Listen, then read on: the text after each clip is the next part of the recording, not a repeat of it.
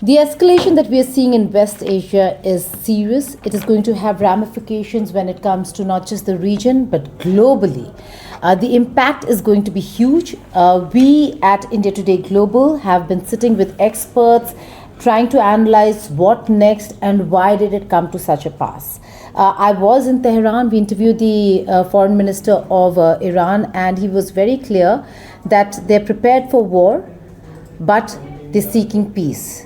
And in the midst of the negotiations, lo and behold, America attacks along with Israel. So what really happened and what's going to happen? To discuss this and more, I'm being joined by my colleagues, Sandeep Unnithan, Pranay, Upadhyaya. Let's begin with you, Sandeep. Let's begin with the fact that this is an all-out war. Was it expected? Did you anticipate this? Because we were only looking at and focused on the negotiations, that there are talks happening and there were hopes of an agreement.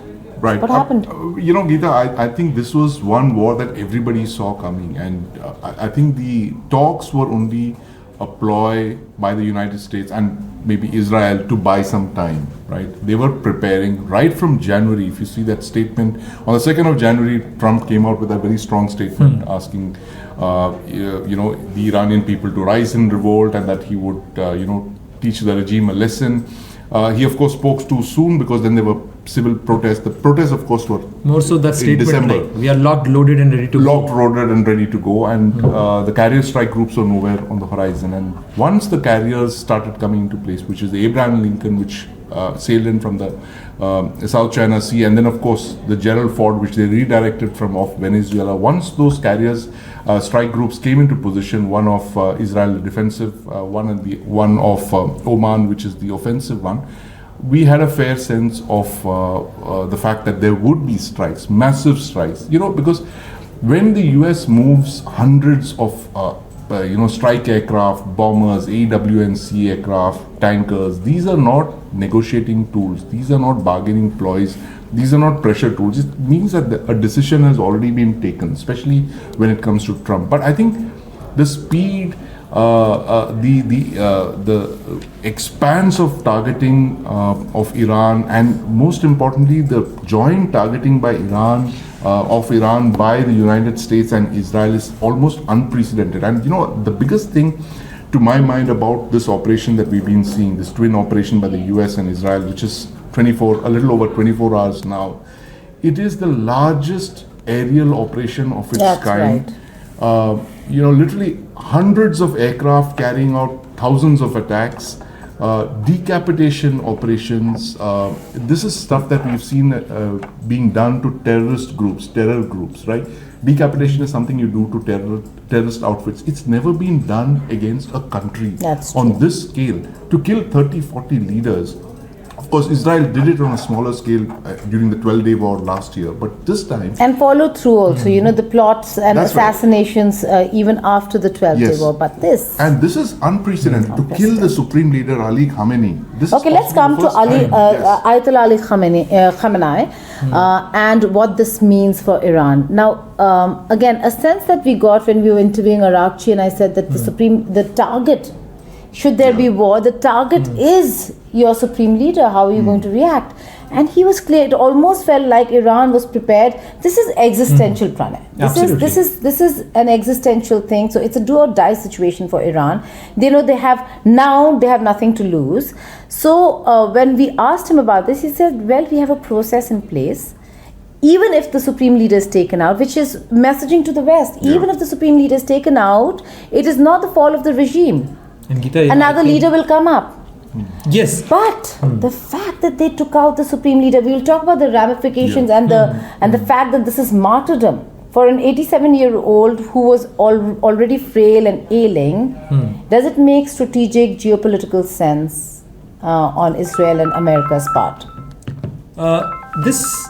Look, Ayatollah Ali Khamenei was not only supreme leader of Iran, he was also that icon, that iconic value of that leadership, because he was not the political leader, figurehead of the state, but this is also to give a larger message to the entire Islamic world. If you see the reverberation in the entire Islamic world, and also you rightly said that Iran has already worked out, and both Iran, Israel, America, they all have worked out on the tabletop exercise and rehearsed that the possible scenarios, and there has been assessments and reassessment. If when United States decided to deploy second aircraft carrier, I'm sure there must be some kind of recalibration in their strategy. That's why they decided after Abraham Lincoln they moved Gerald R. Ford to the Mediterranean. But clearly, this time Iran knows that threat is very real, threat is very existential, and that's why they have gone all out with all their ammo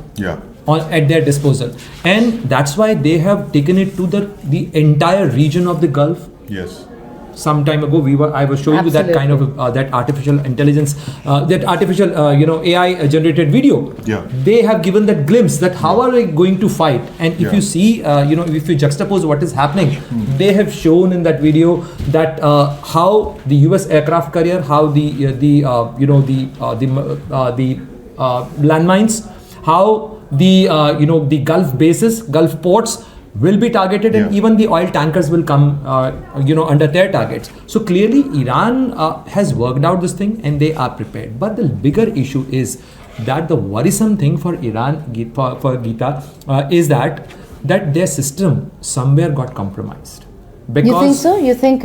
You think IRGC is compromised? You think the intelligence agencies? If not the entire IRGC, but some. But compromised. There has to be, because there has to be some human intelligence. This kind of intelligence. This is too much. Right. An example, and I give you this, is because we've had the case of Ismail Haniyeh being killed right in. Inside Iran, in and that Tehran, to be on the day of the swearing in of Iranian president of Masood Pezeshkian and the official guest house. So what really happens is that they follow the leaders to the T. They follow the pattern. They follow if they are off pattern as well, and they follow those leaders for months. Israelis know every bit of what Ayatollah Ali Khamenei was doing. They knew then. They know every movement of every leader in Iran. They know who their close aides are. They know the bodyguards. They have recognition, face recognition of any and everyone around the supreme leader or any leadership. And more so, but all that also happens with human intelligence. That pager operation of Israel has given you the glimpse that what they are capable of. 2 and years. I'm sure of planning. Absolutely. To keep it for a day when they really want to blow the Hezbollah up. So, Geeta, Israel is a very unique country. It is possibly the only country in the world for whom decapitation and assassination is a part of state policy. They've been doing this for 7 decades now. There's a very good book out there, by Ron Bergman. If you read that one, it's called Rise and Kill First, which talks about this policy of assassination, which kind of became official after the second Intifada in the early 2000s, in which he mentions how this entire strategy works. And one of the keystones of this strategy is the fact that you need to have very, very good intelligence, right? Precise intelligence, targeting. You have to know your targets, where they are, what they're doing, who they're meeting. And a lot of this is done using AI as well. Of late, the Israeli intelligence agencies have started using AI to enable targeting. So very clearly, all of this was used with the targeting of the Iranians as well for these decapitation strikes, and very precise targeting. Very, it is a combination of human, techint, OSINT, all of these kind of things combined into one, and then you make the decision to take out these targets, and that's what we are seeing in full flow there. The pager operation that Pranay mentioned, it's one of the greatest such assassination operations ever carried out by any country. I mean, think Not about just it. precise, the panic. The planning and the long gestation period operations lasting several years, the patience that it needs to carry out an operation of this thing, the vision that you need to have to carry out something like this, that is something that Israel does very well, probably even better than the United States. But Sandeep, they have done what they wanted to do. But if we talk about the escalation metrics of this entire scenario, Right. where things are leading for Yeah. United States and for Iran, where Right. do you see these things Yeah, going? explain the escalation ladder to us. Well, Let's start with Iran. With Iran, I think we're looking at an escalation ladder. Bear in mind that we are a little over 24 hours since the first attacks took place. So, But how much we have seen in the last 24 hours? It is like they've, literally packed in 800 projectiles have been launched by Iran The against. first package of 200 aircraft sent by Yes. by Israel. Right. So They launched about overwhelming. 400 or 500. This is one of the largest Yeah. strike packages that we've seen. Now, Iran's escalation ladder would be as follows. Now, it would begin with attacks on US bases, which we've already seen in the region. They've accused all of the GCC countries of sheltering US over there and thereby enabling attacks on Iran. So they've attacked all these US bases in the region, Al Udaid and all of these other bases, including bases, I'm surprised, in Oman as well. Oman is a country that was helping They them mediated. mediate. But that's a lot of people are saying why Oman, because Yeah. they were mediating, and I keep telling them that when after Khamenei was killed, Yeah. everything is fair game, Yes. because they're telling This is the Omani, Iranian argument. yeah, they're telling the Omani that you were supposed to mediate. Why did you not tell your American partners Yes. not to attack? If you're in the midst of and the foreign minister also expressed a lot of shock, saying that here we are mediating, and they condemned the Israeli attacks. So But Geeta, since you were there in Tehran, did you get the sense that the Iranians knew Yes. that this Yes. is inevitable, or in this fact, is so close? In fact, leading a on few, the- coming. in Yeah. fact, a few of them Yeah. were speaking to Sandeep and Pranay, and I asked, so there's an agreement that could happen between US and Iran. How hopeful are you? Quite a few of them said we're not hopeful. We don't think there's an agreement. We're just thinking that it'll be delayed. Right. But we are in for an attack. So they were going for these delegation- and They these understood are that common it was people. inevitable. They just said that we are. I said, okay, then how are you all right with it? Isn't it concerning, or are you not worried? One of these young fellows said, well, we've lived through all of this. So you mean to say that they were So going they were to actually these quite diplomatic prepared. negotiations or talks with a deep distrust, and both I had, actually said that. and both He had said, deep distrust. In fact, he gave the example. He said the last time we were in talks, we were attacked, the B-2 bombers. And this time we're in talk, and I really don't think that the Americans are going to stop. Right. So he knew That's the in the attacks were interview. coming. He knew the attacks were then, coming. to get back to this escalation ladder. Yes, let's go to the Pranay, escalation. Start with the beginning so that our viewers have a clear It sense. starts with the attacks on US bases, which they've done in the last 24 hours. Then they've moved up the escalation ladder to a strike at civilian targets in GCC countries. You saw those very high-profile attacks on the airport, on the Palm Jumeirah, the Burj Khalifa. These are very high visibility targets, high-profile landmarks, and the entire peace, prosperity of the UAE and all that is based on attracting tourists to such iconic destinations, right? The next level in the escalation ladder is the attack on the Hormuz Straits, where they would target shipping that passed through this.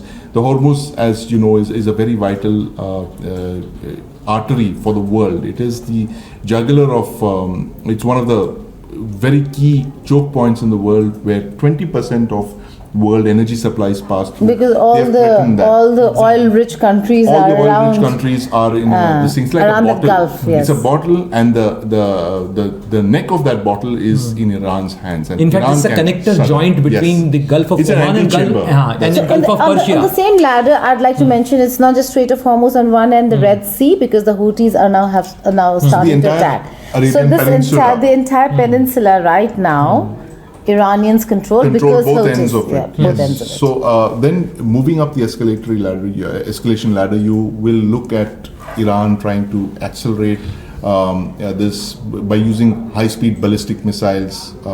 They're keeping those in reserve, the hypersonic missiles that they will target at Israel, and then of course they could escalate to target the petroleum infrastructure of the GCC countries in Saudi Arabia, for instance.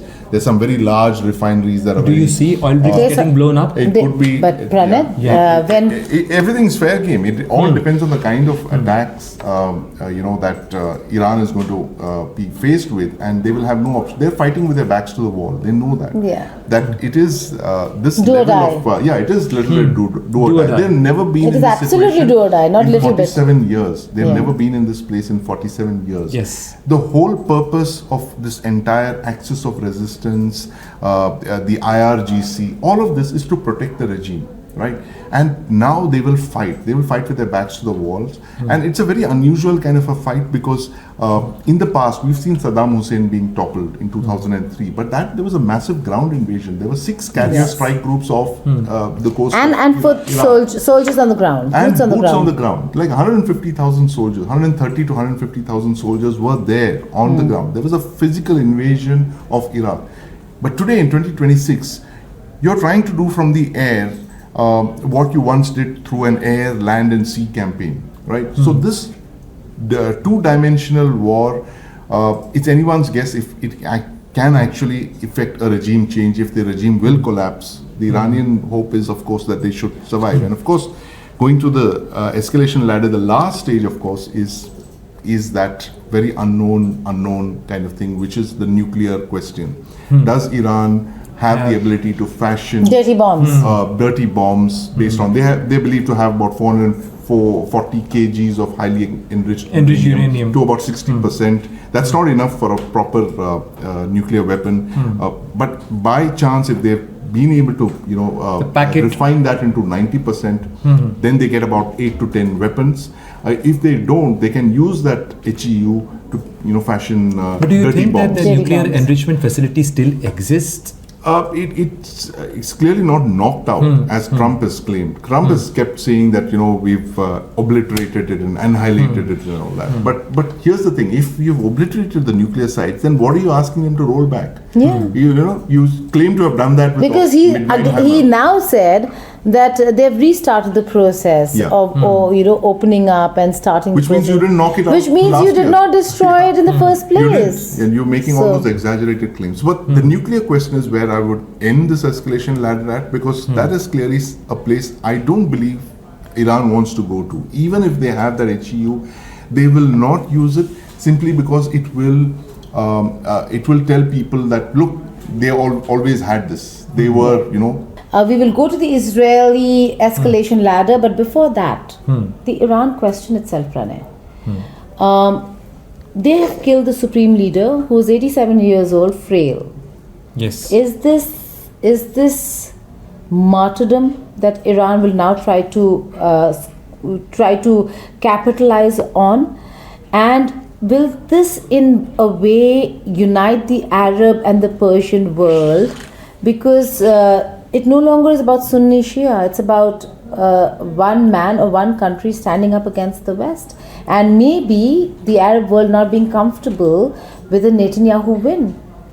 The Islamic world has always been caught into the conflicting interests and beliefs. So on belief part, they might be together. The resonance of martyrdom or the death of Ayatollah Ali Khamenei is being resonated in many countries, including India, including the Islamic believers. They think that he was not the political figurehead of a country, he was also a revered leader, and there is a process, there is a scholarhood associated with Ayatollah, if someone become Ayatollah. But as Sandeep said, that beyond certain point, this entire conflict enters into a very uncharted territory. Okay, we have explain the geopolitics. Pranay, the entire Arab world has Shia population. Explain the geopolitics. See, if the population of Kuwait, if you see the population of Bahrain, even in Saudi Arabia, which has 2 holy mosques, the eastern part of Saudi Arabia has a sizable number of Shia population. And that is the area where there are oil resources. So that is very sensitive for Saudi Arabia. And you go to Oman, you go to UAE even, like 7 to 8% of Shia population is there. The entire Gulf region has Shia population. So there will be a resonance. In fact, the bigger challenge which Iran has thrown to the brethren, the Gulf brethren, is that, there is a cost. There is a cost of betrayal as well. And also, Iran has challenged them that they have eventually failed to protect their territories. This is the territory. This is a challenge which is like very dreaded in this Gulf world, in this Sheikhdom. That's true. And they never want to be seen as going weak or not being able to defend, because that entire thing, be it Dubai, that the shiny facade, No, but also- only rest but on. also- They've never fought. And even if you see the Arab-Israel war, Yeah. it was the collective Arab army Yes. led by Egypt Yes. fighting against Israel. But this is happening for the first time. But again, a very Sunni Palestine question and cause, which if Netanyahu wins, and if Israel is powerful, then that entire cause will die. A country that is Shia protected the cause for Palestine more than the entire Arab world. So right now, if you have a very strong Netanyahu, it is in a way a threat to the Arab world in the way they look at Palestine, is it not?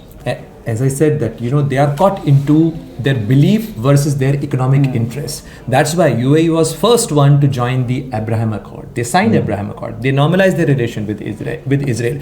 Palestine question is Saudis were going to do it. Exactly. Then They are the war stuck. happened, October 7th. and they moved back, and Yeah. like how? So if the Palestinian question gets solved or subsided somehow or other, if there is no threat from Iran, or there is no Hamas, if there is the change of equation or situation, Saudi Arab, who knows, may join under US pressure because the landscape changes.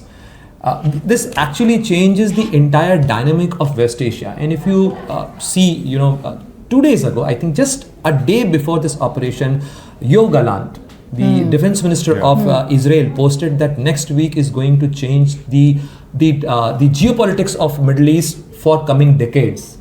He was giving this indication that they are up to for a big plan, and the plan which they are unveiling and unfolding. Incidentally, the bigger worry is, and I'm sure there must be world leaders worried in various capitals, that if US has tested this model in last 3 months, 2 major incidents from Venezuela to Tehran, then they have a test model here. That's right. And they can do it anywhere. Who knows? That's right. Cuba next. Who knows which country? So we will talk about the Israeli escalation ladder, but before that, the pain points. Iran is doing what we didn't think Iran would do. One is that we didn't think it will go beyond US bases. They've gone beyond US bases. So now everything is fair game. They're saying that we need to make sure that the message is strong, and the message is the pain points that the world would feel.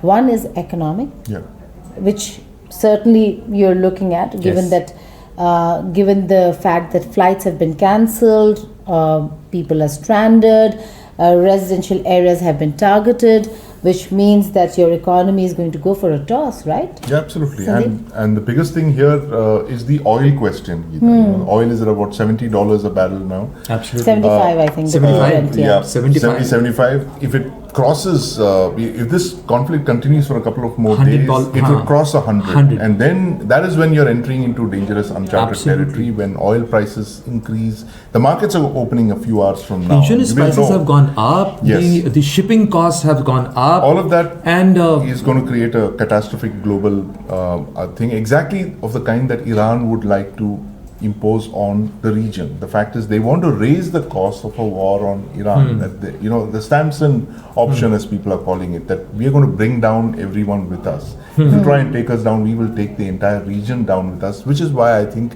at some point in this escalation ladder of Iran, they would look at targeting is it a Saudi kamikaze Arabia. or a Fidain strategy? Absolutely, yes, it is. It would be that where the regime says that if you're going to take us down, we will take the entire region down with us, with all its oil infrastructure. We will ensure that Saudi Arabia is not able to let emerge. everyone bleed and everyone pay the cost. Yes, and this is something that I think is in the realm of possibility, given the fact that you have a very hard line dictatorship kind of thing that is emerging after Ali Khamenei, right? Did America miscalculate? Was it too myopic in thinking that if we take Khamenei out, the regime will topple? I think Did they not anticipate that Iran is going to have a strategy in place where there will be economic punishment, and should that happen, international pressure will grow on America for an off-ramp? I'm sure they must have war gamed all of this. Or rather, they damn care. Maybe that. I think they're going hell for leather now in the next couple of hours. You've seen the intensity of the airstrikes that the Israelis and the US have launched on Iran. And this is going to continue for the next 72 hours or so. Till the time they believe that Iran exhausts itself, or most importantly, they disrupt the ability of Iran to launch ballistic missiles, cruise missiles, drones, all of that, and they can do that. Should Iran then not be using their ballistic missiles and hypersonic missiles before the launches are damaged? So that's another way of looking at what it. Are you use it or for? lose it. Yeah. You know, so use it they or lose lose it. capability If they do that, completely. yes. So they will fire off everything before they think that they will be paralyzed to an extent where they cannot even reach for their missiles. So right now they would be looking at targeting the command and control nodes, the C2 nodes, all across Iran, which is to disrupt their ability, particularly the IRGC. The IRGC's aerospace forces are the ones who control all the ballistic missiles and the cruise missiles. They will want to disrupt their ability to launch these missiles. There is a command control structure in place in the IRGC where they delegate these launchers to their various commanders. They go off across the country. It's dispersed. Once they strike at that C2 thing, they will be doing exactly that. They want to disrupt Iran's ability to launch those weapons. So, which means that you will have missiles, you will have launchers, you might even have people. But the people will be waiting for orders. Iran is known for holding the forts for long. They have experience of going for the long wars. 7-8 years they fought. They're hardened. They're okay suffering a little. But Geeta, my question is. But against a near peer adversary. Yeah, exactly. Iraq, but not a superpower like the United States. If they, as everyone knows that they helped Hamas to build those tunnel system to hide their resources. I'm sure they must have worked out some things in Iran as well. How entrenched are they, and how can they dig their heels, and how long can they drag this fight? But I want this response from both of you. How many days are you giving before one capitulates? I would give it less than a week. You're giving it a week at least? I was thinking maybe 72 hours. 72 hours. I'm taking it to the extreme. I would say within a week you will see one side, either the US and Israel, declare victory, or Iran says that okay, we have had enough and we are now ready to negotiate. The new leader has come and he would like to negotiate the terms. We agree to the following. Out of the 4 conditions, we agree to maybe 3 of them. We will keep our ballistic missile thing, but we will surrender the nuclear weapon capability. We will give out the HEU. But that they were saying anyway during negotiations. Nobody's listening. They were not. They did not want to. I think Netanyahu convinced Trump. There was a Mar-a-Lago meeting. I think Netanyahu convinced Trump that Iran is at its weakest. Let's go in. Let's go in for the kill and then bring the regime down. As Sandeep said that in last 40-45 years, this is the weakest moment for the Iranian regime in terms of the sanctions, in terms of the internal protests, in everything terms of the weakness of the leader, in terms of the age as well. And there were also reports and assessment about the internal fighting in the IRGC, because in the 12-day wars they have lost many leaders. New leaders have come, but there were heartburn, there were issues, and their system was also inflated. After the completion of those 12-day wars, the IRGC actually conducted a cleanup operation entire Iran. They have taken out people, they rounded up people on the espionage charges. So many things have happened within Iran. But I do think that, getting somebody like a Wahidi as IRGC chief is sticking to continuity and seniority, because he is old. He's been there. He was the former defense minister. The entire lot has lost a lot of top leadership, which includes now former President Mahmoud Ahmadinejad as well. So, defense minister, another hardliner, defense minister gone, the RGC chief Pakpor gone, but Wahidi important, he's there. Ali Larijani, the heading the National Security Council, right under the Supreme Leader, he was a very important man, very close to the Supreme Leader. Now has taken control. Mojtaba might take time because it's a religious leadership that he's going to take control of. Should he be chosen? And even the interim leader, relatively young, but Ali Larijani is very, very important. And let's see how that really pans out. But before we go to Iran's allies, where are they in this game? If you're a superpower, if you think you're an emerging power, where are you? Unless and until you're there in the war game, you're not really a superpower. And I'm talking about Russia and China. I know. We'll come to that. But first, do the escalation ladder for Israel, because otherwise, the whole idea as to why Russia and China are not coming in will not be explained the manner in which it can be explained once you do the Israel escalation. So I think the Israel escalation ladder is a short one. They are carrying out pretty short and pretty precise and unprecedented airstrikes. They've done the maximum damage that they've done inflicted on Iran in 48 years, right? I mean, this is the moment that Israel has possibly waited for, and Benjamin Netanyahu wants to be the one to go down in history as the prime minister, the war prime minister who delivered a regime change in Iran. And he has elections due in And he has elections later this year, in October, right? And Trump has elections in November. Midterm elections. Midterm elections, right? So very critical. Trump needs to win those elections to get any bill passed. Yes. So it's absolutely critical that this November he needs control of the House, and that only can happen if he gets this war right, because the economy is in a shambles. And I suppose a lot of this has to do with the fact that he's losing popularity back home. We'll talk about that, but yeah. The escalation ladder of Israel in this case is a short one, as I mentioned. It starts with the airstrikes. We are in that phase right now. Decapitation strikes. They want to effect a regime change. They're hitting, command control sites, IRGC sites, primarily all across the country. Incredible for a country that big. Iran is a huge country. It's half the size of India. Israel is a small country. Again, it's the size of Manipur, one small Indian state. For a state that small to attack a state that big, unprecedented in world history. The second rung of that escalation ladder, if Israel chooses to escalate, would be to start targeting Iran's oil infrastructure. The one that is the sustenance, that brings sustenance to the regime. That 3 million barrels of oil a day is what Iran, it's one of the top oil producing countries in the world. They will strike at that. Beyond that, they will go into striking civilian infrastructure, commercial infrastructure. All of this is to bring the regime down, right? They want to get them to capitulate, to either leave the country or to surrender or to hand over to another thing, whatever they have in mind, to hand over to another set of civilian administrators. And then finally, we come to the nuclear question, which is, again, an unknown kind of territory. We know that Israel has nuclear weapons, but what is it that will actually prompt them to use those weapons? Tactical nuclear weapons. Tactical, but in this case, even the use of a tactical weapon will be a strategic. This will put Israel in a very tight spot. It also. Actually, because it premised everything on Iran's nuclear program. Because always denied having nuclear weapons. They will use it as a last resort. But would it not isolate Israel completely? Sorry. It will become untenable for the United States to let Israel use a nuclear weapon. And to explain to the world why were you supporting this?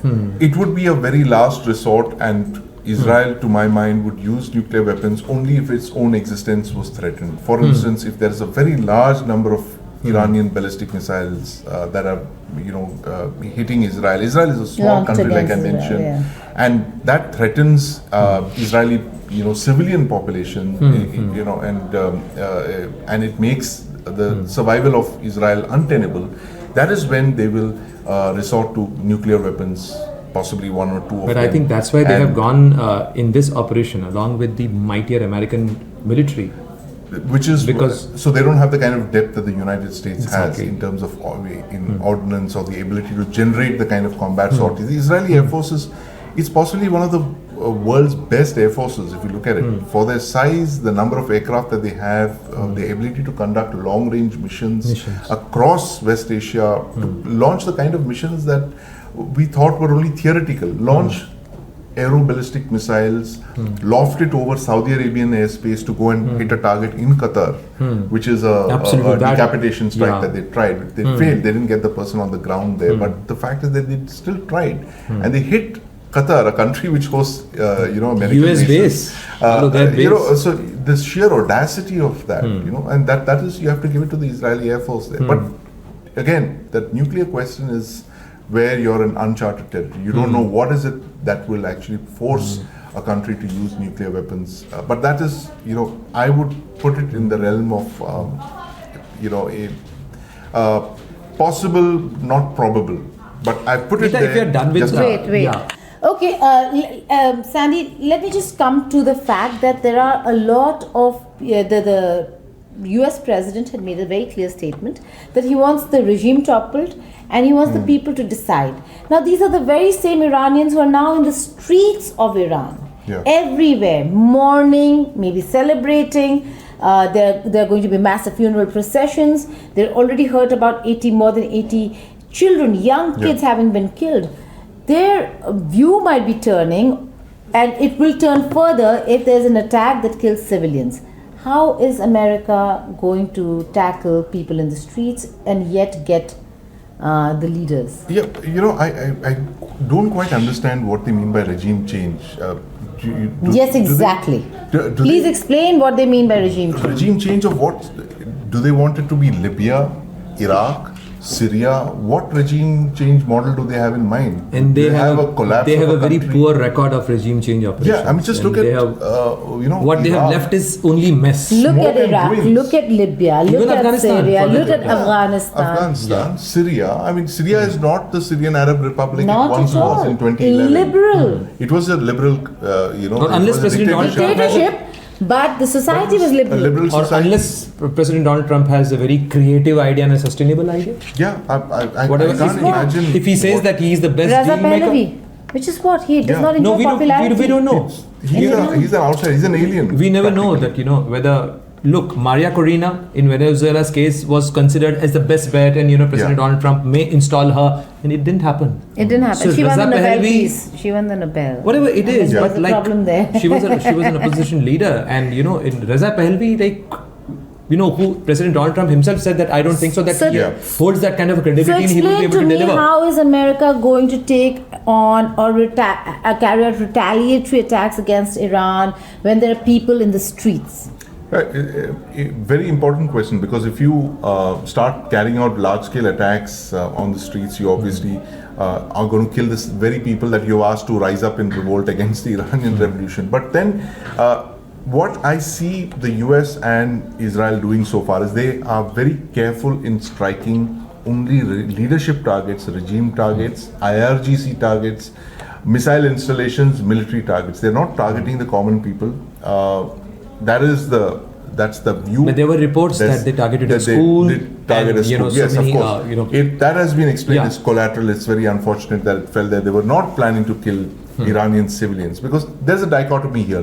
Why would you target civilians if you want those civilians to rise up in revolt and in Exactly. protest and all that? Because if there is a regime change to be brought out, then obviously it has to be something like what happened in 1979, where Reza Pahlavi's father, the Shah of Iran, Yeah. Mohammad Reza Shah, packed up and fled to Egypt when it was very clear that the army started disobeying him. Yes. When he Yes. lost control over the army and the Sawak, then he knew that it was time for him to leave. The US and Israel want to create those kind of conditions in Iran in 2026, where the Iranian regime says that enough is enough. I think it's time for us to hand over to some kind of a transitional or interim civilian government, which does not involve members of the. Sandeep, just now, Russia, China. just now, an update has come that Trump says that now new Iranian leader want to talk, and he has agreed to talk.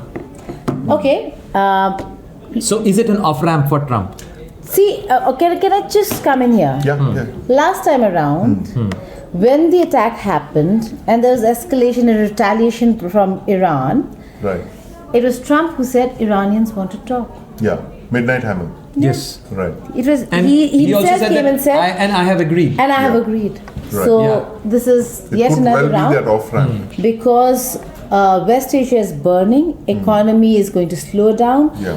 Flight cancellations are not good news. I'm sure every capital must have called up DC by now. Yes. Whether they're they're open about it or not, but there must be immense pressure. And so, yes, they might end up talking. Arakchi had made it very clear, we're open to talks, we want peace.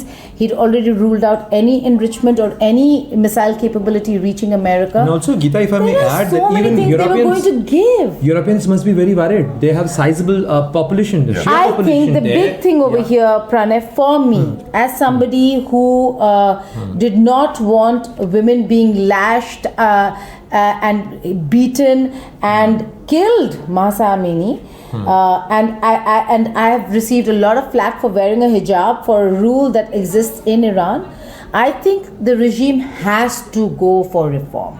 But they need reforms within their country. This is a moment of introspection for Iran. Reform yourselves.